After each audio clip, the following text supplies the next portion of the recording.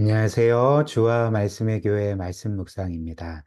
오늘은 요한복음 1장 4절부터 12절까지의 말씀 통해서 빛이시고 생명이신 우리 예수 그리스도에 대해 함께 묵상해 보도록 하겠습니다. 먼저 본문 말씀 함께 볼까요? 요한복음 1장 4절부터 12절까지입니다. 그 안에 생명이 있었으니 이 생명은 사람들의 빛이라. 빛이 어둠에 비치되 어둠이 깨닫지 못하더라. 하나님께로부터 보내심을 받은 사람이 있으니 그의 이름은 요한이라. 그가 증언하러 왔으니 곧 빛에 대하여 증언하고 모든 사람이 자기로 말미암아 믿게 하려 함이라. 그는 이 빛이 아니요 이 빛에 대하여 증언하러 온 자라. 참 빛, 곧 이 세상에 와서 각 사람에게 비추는 빛이 있었나니 그가 세상에 계셨음에 세상은 그로 말미암아 지은 바 되었을 때 세상이 그를 알지 못하였고 자기 땅에 오매 자기 백성이 영접하지 아니하였으나 영접하는 자, 곧 그 이름을 믿는 자들에게는 하나님의 자녀가 되는 권세를 주셨으니. 아멘. 오늘 우리가 보는 이 요한복음 1장은 예수님께서 영원 전부터 계신 하나님이시자 또 온 세상 만물을 창조하신 창조주이실 뿐만 아니라 뭐라고 말합니까? 모든 사람들의 생명과 빛이 되신다라고 말씀하고 있습니다. 그래서 저는 오늘 이 말씀을 통해 여러분들과 함께 이제 두 가지 사실을 살펴보고자 하는데요.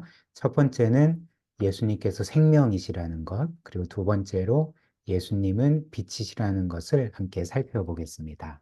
첫 번째로 예수님은 생명이시죠. 4절 말씀 다시 보시면 그 안에, 즉 예수 그리스도 안에 생명이 있었으니 이 생명은 사람들의 빛이라 이렇게 예수님에 대해 소개하고 있습니다.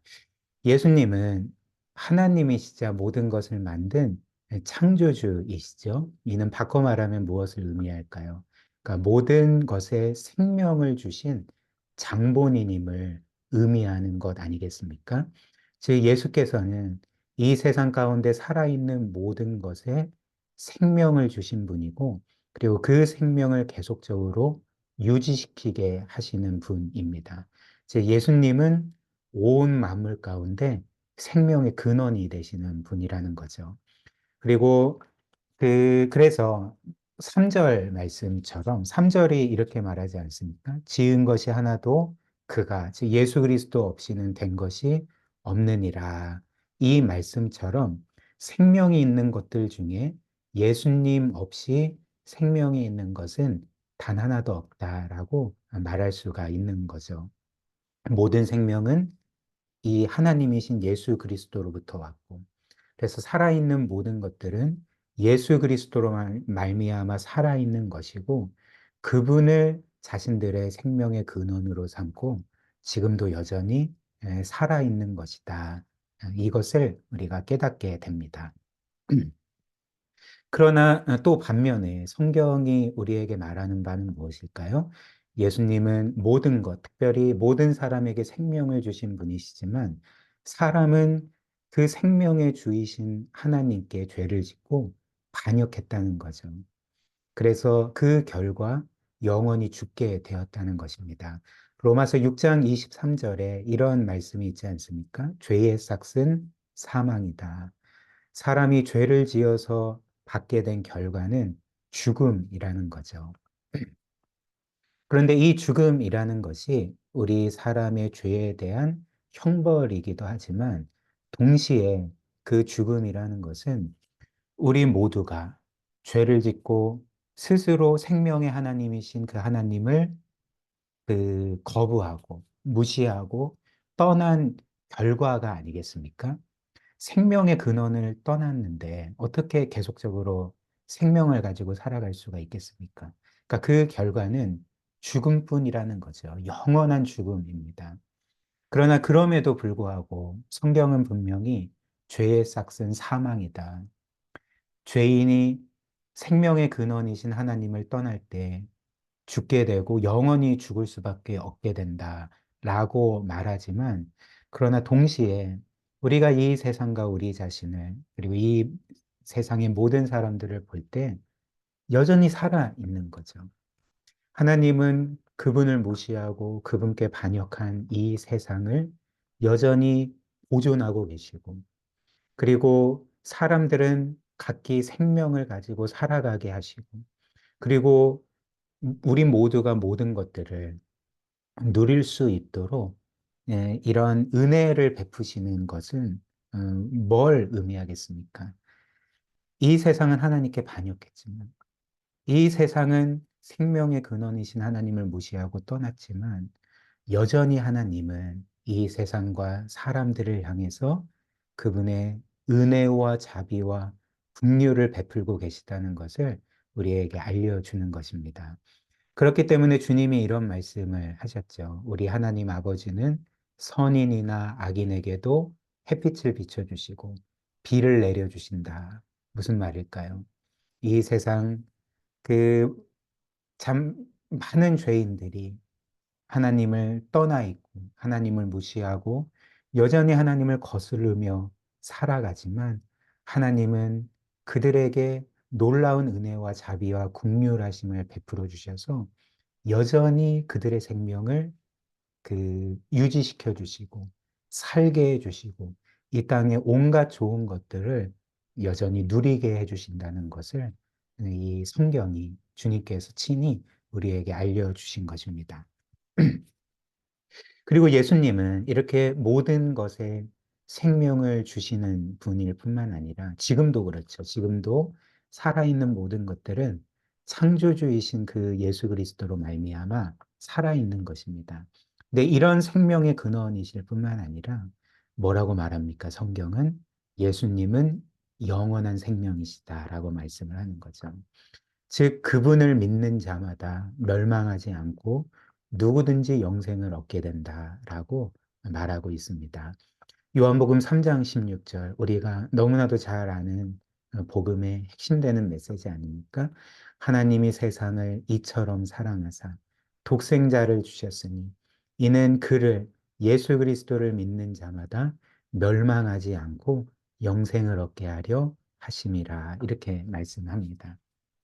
예수 그리스도는 이 세상 모든 것들의 생명의 근원이실 뿐만 아니라 그분을 믿는 자에게 영원한 생명을 주시는 그 생명 자체시라는 거죠.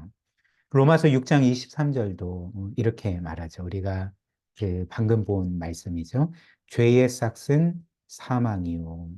여기에서 죄의 싹이라고 할 때 이 싹은 무엇을 의미합니까? 그 임금을 의미하는 것 아니겠습니까? 즉, 우리가 어떤 그 직업을 가지고 열심히 노력해서 행한 결과로서 얻는 것이 삭 아니겠습니까? 근데 죄의 삭은 사망이라는 것은 무엇일까요? 그러니까 우리가 행한 일의 결과로서 사망을 받게 됐다는 거죠. 그러나 반면에 이어서 하나님의 은사는, 여기에서 은사는 선물을 의미합니다. 하나님의 선물은 그리스도 예수 우리 주 안에 있는 영생이니라, 이렇게 말하죠. 선물이라는 것은 무엇입니까? 그러니까 우리가 행한 일의 결과로서 받는 것이 선물이 아닌 거죠. 우리는 행한 것이 없는데 값없이 받는 것이 선물이 아니겠습니까? 이렇게 하나님이 자격 없는 우리에게 값없이 주시는 선물이 바로 그리스도 예수 안에 있는 영원한 생명이라는 거죠. 즉, 사망이라는 것은 우리가 행한 일의 결과로, 즉, 우리가 죄를 지었기 때문에 그 죄에 대한 대가로서 받게 되지만, 영원한 생명은 우리가 한 일이 아무것도 없는데 하나님이 값없이 선물로 우리에게 주시는 것입니다. 그렇다면 어떻게 우리가 영원한 생명을 값없이 받을 수가 있겠습니까? 행한 일이 없는데. 예수 그리스도께서 우리를 위해 영생을 얻는 데 필요한 모든 일들을 행하셨기 때문에 그렇습니다. 우리를 위하여 죽으셨고요. 우리를 위하여 하나님의 모든 말씀에 죽기까지 순종하셨습니다. 그 대가로서, 즉 예수님 대신 예수님의 행한 일의 결과로서 우리가 그분 안에서 영원한 생명을 얻게 된다는 것이 복음의 핵심인 거죠. 그다음 두 번째로 예수님은 빛이십니다. 4절 말씀 다시 보시면 그 안에 예수 그리스도 안에 생명이 있었으니 이 생명은 사람들의 빛이라. 예수님은 빛이시라고 말하고 있는 거죠. 예수님께서 빛이시라고 할 때 이것이 의미하는 바는 무엇이냐면 우리가 그분을 영접하고 따르게 될 때 우리는 비로소 하나님과 이 세상과 우리 자신에 대해서 밝히 볼 수 있게 됨을 의미하는 것입니다. 그러니까 빛이라는 것이 그런 것 아니겠습니까? 우리가 이 땅에서 보는 모든 것들은 어떤 면에서 빛 때문에 보는 것입니다. 빛이 없으면 우리는 어떤 것도 분명하게 볼 수가 없지 않겠습니까? 우리가 어떤 사물을 볼 수 있는 이유는 빛이 그 사물을 비추기 때문에 우리가 볼 수가 있는 거죠. 마찬가지로 예수님이 빛이시라는 것은 우리가 예수님을 믿고 영접하고 그분의 말씀대로 따라 살 때에 그 말씀의 빛에서 우리는 이 세상 모든 것의 그 근원적인 것들, 즉 하나님이 누구신지, 또 이 세상은 어디에서 와서 어디로 가는지, 그 창조의 목적이 무엇인지, 그리고 우리의 삶의 의미와 목적에 대해서, 또 구원과 영원한 생명과 영원한 복에 대해서 전에는 어둠 가운데 있었지만 이 모든 것들이 빛이 비춰져서 분명하게 알 수 있게 된다는 것입니다. 이것이 바로 예수님이 빛이시라는 의미가 되는 거죠. 물론 그 사람들은 예수님 없이도 여러 많은 것들을 알 수가 있는 거죠. 이 세상의 여러 학문들, 예를 들면 철학, 과학, 의학, 문학, 기술 등 많은 것들을 알 수가 있습니다. 그러나 예수님이 없이는, 예수님이 아니라면 우리는 우리의 인생에서 가장 근본적인 것들, 가장 중요한 질문에 대한 답을 결코 얻을 수가 없게 되는 거죠. 말씀드린 것처럼 이 세상과 우리는 어디서 와서 어디로 가는지, 인생의 존재 의미와 목적은 도대체 무엇인지, 인생의 가치 있는 이유가 무엇인지, 그리고 죽음을 이길 수 있는 길, 구원받을 수 있는 길, 영원한 생명과 복락의 길이 어떤 것인지에 대해서 철저한 암흑 가운데 거하게 된다는 거죠. 그러니까 예수님만이 이 모든 것을 보여주는 빛이 되신다는 것입니다. 그래서 하나님이신 예수님께서는 죄로 말미암아 이런 영적인 어둠 가운데 있는 이 세상과 사람들에게 하나님에 대해 또 구원의 길에 대해서 영원한 생명과 영광에 대해서 알려주시고자 사람이 되어 이 세상에 오신 거죠. 그러나 오늘 본문 말씀은 이 빛이신 예수님에 대해서 뭐라고 말합니까? 그러니까 사람들은 그분을 영접하지 아니하였다라고 말하고 있는 것입니다. 9절부터 11절 이어서 한번 보십시오. 참빛, 곧 세상에 와서 각 사람에게 비추는 빛이 있었나니 예수님을 가리키죠. 그가 세상에 계셨으며 세상은 그로 말미암아 지은 바 되었으되 세상이 그를 알지 못하였고 자기 땅에 오매 자기 백성이 영접하지 아니하였다. 이렇게 말합니다. 예수님은 그분이 창조하신 그분의 소유인 백성에게로 오셨습니다. 그들에게 생명을 건네주시기 위해서, 그들에게 참빛을 비춰주시기 위해서, 진리를 알려주시기 위해 오셨는데 뭐라고 말합니까? 그분의 백성은 그 예수님을 영접하지 아니하였다. 영접하지 않을 뿐만 아니라 사람들은 이후에 어떻게 했습니까? 그 예수님을 무시하고, 그 예수님을 거부하고, 그 예수님을 핍박하고, 그 예수님을 결국 십자가에 못 박아 죽이지 않았습니까? 그렇다면 사람들은 왜 예수님을 영접하지 아니하였을까? 왜 그분을 거부하고 핍박하고 죽였는가라는 거죠. 이에 대한 답을 요한복음 3장 19절 20절이 이렇게 말합니다. 그 정죄는 이것이니 곧 빛이 세상에 왔을 때, 즉 예수 그리스도께서 세상에 왔을 때 사람들이 자기 행위가 악함으로 빛보다 어둠을 더 사랑한 것이니라. 악을 행하는 자마다 빛을 미워하여 빛으로 오지 아니하나니 이는 그 행위가 드러날까 함이요. 예수님께서 이 세상에 오셔서 사람들에게 정말 하나님이 어떠한 분이신지, 또 사람들은 그 하나님을 어떻게 대했는지, 즉 사람들의 죄와 반역과 그로 말미암아 받을 심판에 대해 전하셨고, 그것뿐만 아니라 구원의 길, 영생의 길에 대해서 전하셨을 때에 사람들은 그분을 배척했습니다. 왜냐하면 이 말씀처럼 예수님의 그 말씀을 통해서 자신들의 죄가 드러나자 그것을 견딜 수 없어 했다는 거죠. 우리도 마찬가지 아닙니까? 이 세상 사람들도 마찬가지 아닙니까? 사람들은 모르는, 나만 알고 있는 나의 어떤 본 모습, 정체, 나의 어떤 죄와 혹은 실패나 허물들이 드러났을 때에 그것을 견디지 못해 하고 사람들은 분노하게 되지 않습니까? 마찬가지로 당시 사람들, 이후의 모든 사람들도 예수님이 이 세상에 오셔서 그들에게 빛을 비춰주시고 그들의 죄를 드러내시고 그들의 실체를 드러내셨을 때에 사람들은 회개하는 사람들도 물론 있었지만 회개하지 아니하고 오히려 분노했다는 거죠. 그분을 배척했다는 거죠. 그래서 그들이 이 생명의 주이신 예수 그리스도를 십자가에 못 박아 죽였던 것입니다. 그러나 놀랍게도 하나님은 이렇게 그분께 반역하고 그리고 결국 그 아들을, 그분의 외아들을 죽인 이 사람들을 어떻게 대하셨을까요? 마지막으로 요한복음 1장 12절 말씀입니다. 영접하는 자, 곧 그 이름을 믿는 자들에게는 하나님의 자녀가 되는 권세를 주셨다. 사람들은 그 아들을 영접하지 아니하고 배척하고 십자가에 못 박아 죽였습니다. 그러나 하나님은 그들을 그 이름을 그 예수 그리스도를 믿는 자마다 하나님의 자녀가 되는 권세를 주셨다는 거죠.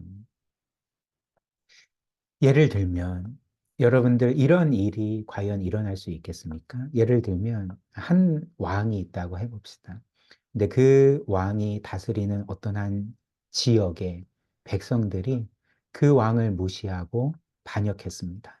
그래서 그 왕은 그 백성들을 설득하고 또 그들의 죄와 반역에서 돌이키게 하려고 그의 사랑하는 외아들을 그들에게 보냈던 거죠.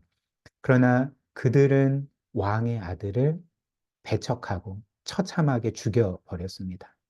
그러나 그 왕은 그럼에도 불구하고 놀랍게도 여전히 반역한 백성들을 사랑했고, 그래서 죄에서 반역에서 돌이키는 자들을 용서해 주었고, 그 용서해 주었을 뿐만 아니라 그들을 자녀로 삼아 주었다고 해봅시다. 이것이 말이 됩니까? 이런 일이 과연 있을 수가 있겠습니까? 그렇지 않습니다. 이런 것들을 꾸며 쓰려고 해도 사람들은 결코 이런 내용들을 만들어내지 않습니다. 왜냐하면 말도 안 되는 일이기 때문에 그런 거죠. 그러나 이런 말도 안 되는 이야기가 사실이라는 거죠. 하나님께서 이런 말도 안 되는 일을 우리를 위하여 행하셨다는 것입니다. 어느 날 그 틴켈러 목사님께서 그 과거의 한 세미나에서 이슬람교의 한 성직자와 이런 대화를 나누셨다고 합니다. 그래서 틴켈러 목사님이 이런 말을 했던 거죠. 성경이 우리에게 알려주시는 하나님은 사랑의 하나님이십니다. 그 하나님은 죄인인 우리를 지극히 사랑하시고 심지어 우리를 위해 그분의 외아들까지 그 예수 그리스도까지 아낌없이 내어주시고 즉 그분의 생명까지 우리를 위하여 내어주셨습니다. 그래서 우리를 그분의 자녀로 삼아주셨습니다. 성경이 우리에게 말하는 하나님이 바로 이런 하나님이십니다. 라고 그렇게 말하셨답니다. 그리고 이 말을 들은 그 이슬람 성직자가 정색을 하며 이렇게 말했다는 거죠. 우리는 절대자인 신에 대해서 그렇게 말하지 않습니다. 그것은 그렇게 신에 대해서 말하는 것, 신을 그렇게 생각하는 것은 굉장히 무례한 것입니다. 그것은 신성모독적인 것입니다. 이제 이렇게 말했다고 합니다. 그러니까 무엇을 보여줄까요? 이 세상 어떤 종교에서도 그 신은 절대적인 신 아닙니까? 근데 그 신에게 죄를 짓고 그 신을 무시하고 반역했는데도 불구하고 그 신이 마치 자신에게 반역한 사람들에게 매달리는 것처럼 그 사람들을 위해서 희생하고 심지어 자신의 아들까지, 자신의 생명까지 내어주는 것은 상상도 할 수 없는 일이라는 거죠. 이 세상의 상식과 가치관으로는 이렇게 자신에게 반역한 죄인들을 사랑할 뿐만 아니라 그들을 위해 생명을 내어주는 신은 있을 수가 없다는 것입니다. 그러나 이 성경 말씀이, 이 복음이 우리에게 알려주는 사실, 바로 그 말도 안 되는 신이 우리 하나님, 참된, 참 유일한 신이신 하나님이시라는 것. 그 하나님께서 또 그분의 외아들 예수 그리스도께서 이런 말도 안 되는 놀라운 사랑과 은혜를, 또 자비를 우리에게 베푸셨다는 것을 오늘 이 말씀이 우리에게 알려주고 있는 것입니다. 우리 함께 기도할까요? 오늘 우리가 함께 나눈 말씀처럼 우리 예수님은 우리의 생명이십니다. 그분은 우리의 빛이십니다. 그렇기 때문에 참 우리가 예수님과 함께하지 않으면 우리는 참된 생명의 삶을 살 수가 없고요. 또 빛이신 예수님의 말씀과 인도하심을 받지 않으면 우리는 여전히 영적으로 암흑 가운데 거할 수밖에 없습니다. 무엇보다도 이 예수님은 어떠한 분이실까요? 우리를 위하여 그분의 생명을 내어주시고 전부를 내어주신 우리를 지극히 사랑하시는 하나님이 되시는 거죠. 이 하나님이신 예수님을 우리가 온 마음과 정성을 다해 늘 사랑하고 기뻐하고 온전히 따르는 삶을 살아갈 수 있도록, 그리고 이 놀라운 하나님의 사랑이 늘 우리의 영혼과 심령을 변화시키고 우리의 믿음을 굳게 해주시도록 그런 은혜를 달라고 우리 오늘 말씀 기억하며 함께 기도하도록 하겠습니다.